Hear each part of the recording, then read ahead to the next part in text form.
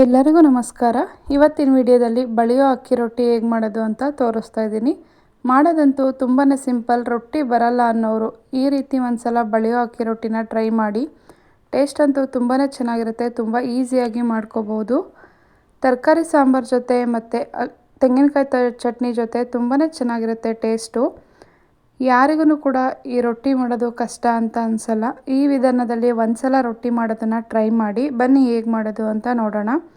ಅದಕ್ಕಿಂತ ಮುಂಚೆ ನನ್ನ ಚಾನಲ್ನ ದಯವಿಟ್ಟು ಸಬ್ಸ್ಕ್ರೈಬ್ ಮಾಡಿಕೊಂಡು ಸಪೋರ್ಟ್ ಮಾಡಿ. ಮೊದಲು ಹಿಟ್ಟನ್ನು ಕಲಿಸ್ಕೊಳ್ಳೋದಕ್ಕೆ ಒಂದು ಬಟ್ಲು ತೊಗೊಂಡಿದ್ದೀನಿ. ಅದಕ್ಕೆ ಚಿಕ್ಕ ಬಟ್ಲಿಂದ 2 ಬಟ್ಲಾಗೋವಷ್ಟು ಅಕ್ಕಿ ಹಿಟ್ಟನ್ನು ಹಾಕ್ಕೊಳ್ತಾ ಇದ್ದೀನಿ. 2 ಬಟ್ಲು ಅಕ್ಕಿ ಹಿಟ್ಟು ಹಾಕೊಂಡಾದ್ಮೇಲೆ 1/4 ಬಟ್ಲಾಗೋವಷ್ಟು ಗೋಧಿ ಹಿಟ್ಟನ್ನು ಹಾಕ್ಕೊಳ್ತಾ ಇದ್ದೀನಿ. ನೋಡಿ, ಅರ್ಧ ಬಟ್ಲು ಗೋಧಿ ಹಿಟ್ಟು ತೊಗೊಂಡಿದ್ದೆ, ಅದರಲ್ಲಿ 1/4 ಬಟ್ಲಾಗೋವಷ್ಟು ಮಾತ್ರ ಗೋಧಿ ಹಿಟ್ಟನ್ನು ಹಾಕ್ಕೊಂಡು ರುಚಿಗೆ ತಕ್ಕಷ್ಟು ಉಪ್ಪನ್ನು ಹಾಕ್ಕೊಂಡು ಈ ರೀತಿ ಚೆನ್ನಾಗಿ ಒಂದ್ಸಲ ಮಿಕ್ಸ್ ಮಾಡ್ಕೋಬೇಕು. ಕೈಯಿಂದ ಅಥವಾ ಒಂದು ಸ್ಪೂನಿಂದ ಚೆನ್ನಾಗಿ ಒಂದ್ಸಲ ಮಿಕ್ಸ್ ಮಾಡಿಕೊಂಡು 1 ಬಟ್ಲು ನೀರನ್ನು ಹಾಕ್ಕೊಳ್ತಾ ಇದ್ದೀನಿ. ಇವಾಗ ಮತ್ತೆ ಅರ್ಧ ಬಟ್ಲು ನೀರನ್ನು ಹಾಕ್ಕೊಳ್ತಾ ಇದ್ದೀನಿ. ಮೊದಲೇ ಒಂದೇ ಸಲ ಜಾಸ್ತಿ ನೀರನ್ನು ಹಾಕಿ ತೆಳು ಮಾಡ್ಕೋಬಾರ್ದು. ನೋಡಿ, ಈ ರೀತಿ ನೀರು ಹಾಕಿ ಸ್ವಲ್ಪ ಗಟ್ಟಿಯಾಗಿ ಕಲಿಸ್ಕೊಂಡಾದ್ಮೇಲೆ ಮತ್ತೆ ಅರ್ಧ ಬೌಲ್ ಆಗೋಷ್ಟು ನೀರನ್ನು ಹಾಕ್ಕೊಳ್ತಾ ಇದ್ದೀನಿ.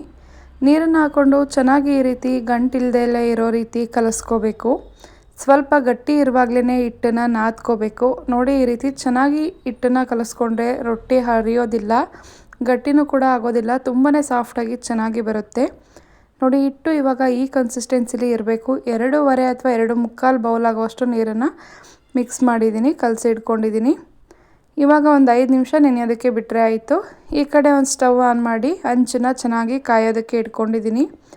ಇವಾಗ ಹಂಚು ಕೂಡ ಚೆನ್ನಾಗಿ ಕಾಯ್ದಿದೆ.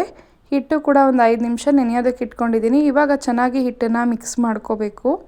ಹೆಂಚು ಕೂಡ ತುಂಬಾ ಚೆನ್ನಾಗಿ ಕಾಯ್ದಿರಬೇಕು.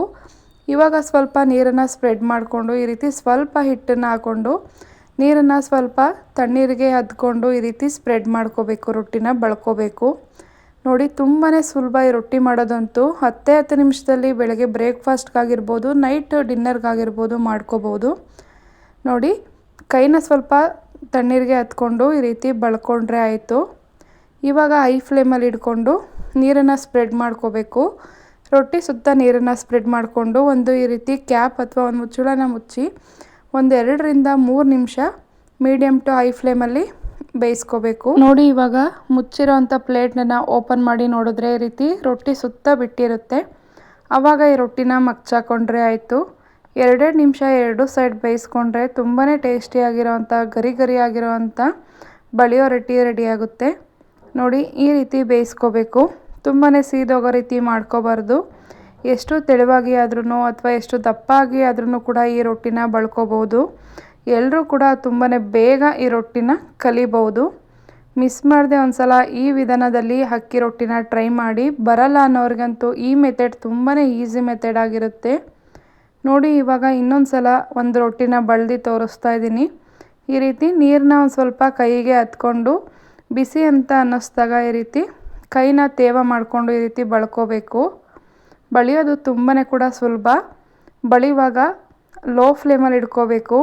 ನೀರು ಸೋರುವಾಗ ಹೈ ಫ್ಲೇಮಲ್ಲಿ ಇಟ್ಕೊಂಡು 2 ನಿಮಿಷ 2 ಸೈಡ್ ಕೂಡ ಬೇಯಿಸ್ಕೋಬೇಕು. ಆವಾಗ ಅಕ್ಕಿ ರೊಟ್ಟಿ ತುಂಬಾ ಚೆನ್ನಾಗಿರುತ್ತೆ. ನೋಡಿ, ಇವಾಗ ಒಂದು ಸೈಡ್ 2 ನಿಮಿಷ ಬೇಯಿಸ್ಕೊಂಡಿದ್ದೀನಿ. ಮತ್ತೆ ಒಂದು ಸೈಡ್ 2 ನಿಮಿಷ ಬೇಯಿಸ್ಕೋಬೇಕು. ಈ ರೀತಿ ಮಡಚಿ ಹಾಕಿ.